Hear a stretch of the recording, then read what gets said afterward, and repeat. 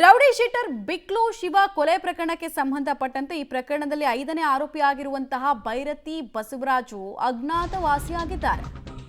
ಬಂಧನ ಭೀತಿಯಲ್ಲಿ ಮಾಜಿ ಸಚಿವ ಬೈರತಿ ಬಸವರಾಜ್ ತಲೆಮರೆಸಿಕೊಂಡಿದ್ದಾರೆ. ಪುಣೆಯಲ್ಲಿ ಸದ್ಯಕ್ಕೆ ಬೈರತಿ ಬಸವರಾಜ್ ಲೊಕೇಶನ್ ಟ್ರ್ಯಾಕ್ ಆಗ್ತಾ ಇದೆ. ಲೈವ್ ಲೊಕೇಶನ್ ಮೂಲಕ ಸಿಐಡಿ ಅಧಿಕಾರಿಗಳು ಲೊಕೇಶನ್ ಟ್ರೇಸ್ ಔಟ್ ಮಾಡಿದ್ದಾರೆ. ನಿನ್ನೆ ಬೆಳಗಾವಿಯಿಂದ ಬೆಳಗ್ಗೆನೆ ಮಹಾರಾಷ್ಟ್ರಕ್ಕೆ ಬೈರತಿ ಬಸವರಾಜ್ ಹೋಗಿರೋದ್ರ ಬಗ್ಗೆ ಮಾಹಿತಿ ಸಿಗ್ತಾ ಇದೆ. ಹೀಗಾಗಿ ಇವ್ರನ್ನ ಹೇಗಾದ್ರೂ ಮಾಡಿ ಹಿಡಿಲೇಬೇಕು ಅಂತ ಸಿಐಡಿ ಟೀಮ್ ಕೂಡ ತಂಡವನ್ನು ರಚನೆ ಮಾಡಿ 2 ತಂಡಗಳಾಗಿ ಕಾರ್ಯಾಚರಣೆಯನ್ನು ಮಾಡ್ತಾ ಇದೆ. ಇನ್ನೊಂದು ಕಡೆಗೆ ಬ್ಯಾರಿಕೇಡ್ಗಳನ್ನು ಹಾಕಿ ಭದ್ರತೆಯನ್ನು ಹೆಚ್ಚಳ ಮಾಡ್ತಾ ಇರೋದು ನೋಡ್ತಾ ಇದ್ರೆ ಇವತ್ತು ಎನಿ ಮೂಮೆಂಟ್ ಬೈರತಿ ಬಸವರಾಜುವನ್ನ ಅರೆಸ್ಟ್ ಮಾಡಿ ಕರ್ಕೊಂಡು ಬರಬಹುದು ಅಂತ ಅನಿಸ್ತಾ ಇದೆ.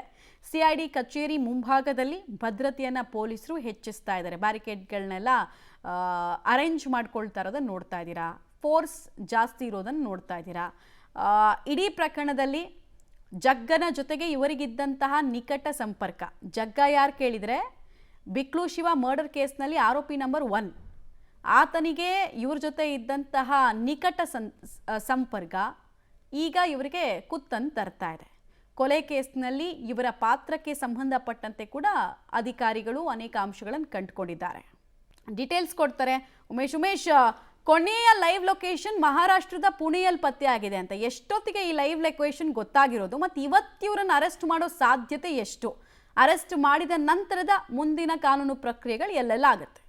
ಮಮತಾ, ಈಗ ಬಿಕ್ಲು ಶಿವ ಕೊಲೆ ಪ್ರಕರಣದಲ್ಲಿ ಸಿಐಡಿ ಅಧಿಕಾರಿಗಳು ಮಾಜಿ ಸಚಿವರಾದಂಥ ಬೈರತಿ ಬಸವರಾಜನ್ ಯಾವುದೇ ಕ್ಷಣದಲ್ಲೂ ಕೂಡ ಬಂಧನ ಮಾಡುವಂಥ ಸಾಧ್ಯತೆ ಇದೆ. ಆ ನಿಟ್ಟಿನಲ್ಲಿ ಅಧಿಕಾರಿಗಳು ಕೂಡ 3 ವಿಶೇಷ ತಂಡಗಳನ್ನು ರಚನೆ ಮಾಡಿಕೊಂಡು ಎಲ್ಲ ಕಡೆಗಳಲ್ಲೂ ಹುಡುಕಾಟ ನಡೆಸ್ತಾ ಇದ್ದಾರೆ. ಸದ್ಯಕ್ಕೆ ಸಿಕ್ಕಿರುವಂಥ ಮಾಹಿತಿ ಪ್ರಕಾರ ಬೈರತಿ ಬಸವರಾಜ್ ಅವ್ರ ಮೊಬೈಲ್ ಲಾಸ್ಟ್ ಪ್ಲೇಸ್ ಬಂದು ಪುಣೆಯಲ್ಲಿ ಸಿಕ್ಕಿದೆ ಅನ್ನೋದ್ರ ಬಗ್ಗೆ ಮಾಹಿತಿ ಲಭ್ಯ ಆಗ್ತಾ ಇರುವಂಥದ್ದು. ನಿನ್ನೆ ಬೆಳಗಾವಿಯಿಂದ ಅವರು ಬೆಳಗಿನ ಜಾವ ಒಂದು 10-11 ಗಂಟೆ ಹೊತ್ತಿಗೆ ಹೊರಟ ನಂತರದಲ್ಲಿ ಅವರು ಮಧ್ಯಾಹ್ನ ನಂತರದಲ್ಲಿ ಲಾಸ್ಟಿಗೆ ಪುಣೆಯಲ್ಲಿ ಅವ್ರ ಮೊಬೈಲ್ ಸ್ವಿಚ್ ಆಫ್ ಆಗಿರೋದ್ರ ಬಗ್ಗೆ ಮಾಹಿತಿ ಸಿಕ್ಕಿದೆ. ಆ ನಿಟ್ಟಿನಲ್ಲೇ ಪುಣೆ ಮತ್ತು ಗೋವಾದಲ್ಲಿ 2 ತಂಡಗಳು ಎಲ್ಲ ಕಡೆಗಳಲ್ಲೂ ಕೂಡ ಕಾರ್ಯಾಚರಣೆ ನಡೆಸ್ತಾ ಇರುವಂಥದ್ದು. ಮತ್ತೊಂದು ತಂಡ ಬೆಂಗಳೂರು ಮತ್ತು ಅವರ ಮನೆ ಸೇರಿದಂತೆ ಬೆಳಗಾವಿ ಸುತ್ತಮುತ್ತಲ ಕಡೆಗಳಲ್ಲಿ ಕಾರ್ಯಾಚರಣೆ ನಡೆಸ್ತಾ ಇರೋದ್ರ ಬಗ್ಗೆ ಮಾಹಿತಿಗಳು ಸಿಗ್ತಾ ಇದ್ದಾವೆ. ಇನ್ನೊಂದು ಕಡೆ ಸಿಐಡಿ ಕಚೇರಿ ಮುಂಭಾಗದಲ್ಲಿ ಹೈಗ್ರೌಂಡ್ ಪೊಲೀಸರ ಕಡೆಯಿಂದ ಸುಮಾರು 10-15 ಪೊಲೀಸರು ಬಂದು ಬ್ಯಾರಿಕೇಡ್ ಹಾಕ್ಕೊಂಡು ಬೇಕಾದಂಥ ಎಲ್ಲ ಸಿದ್ಧತೆಗಳು ಮಾಡ್ಕೊತಾ ಇದ್ದಾರೆ. ಇದನ್ನೆಲ್ಲ ನೋಡ್ತಾ ಇದ್ರೆ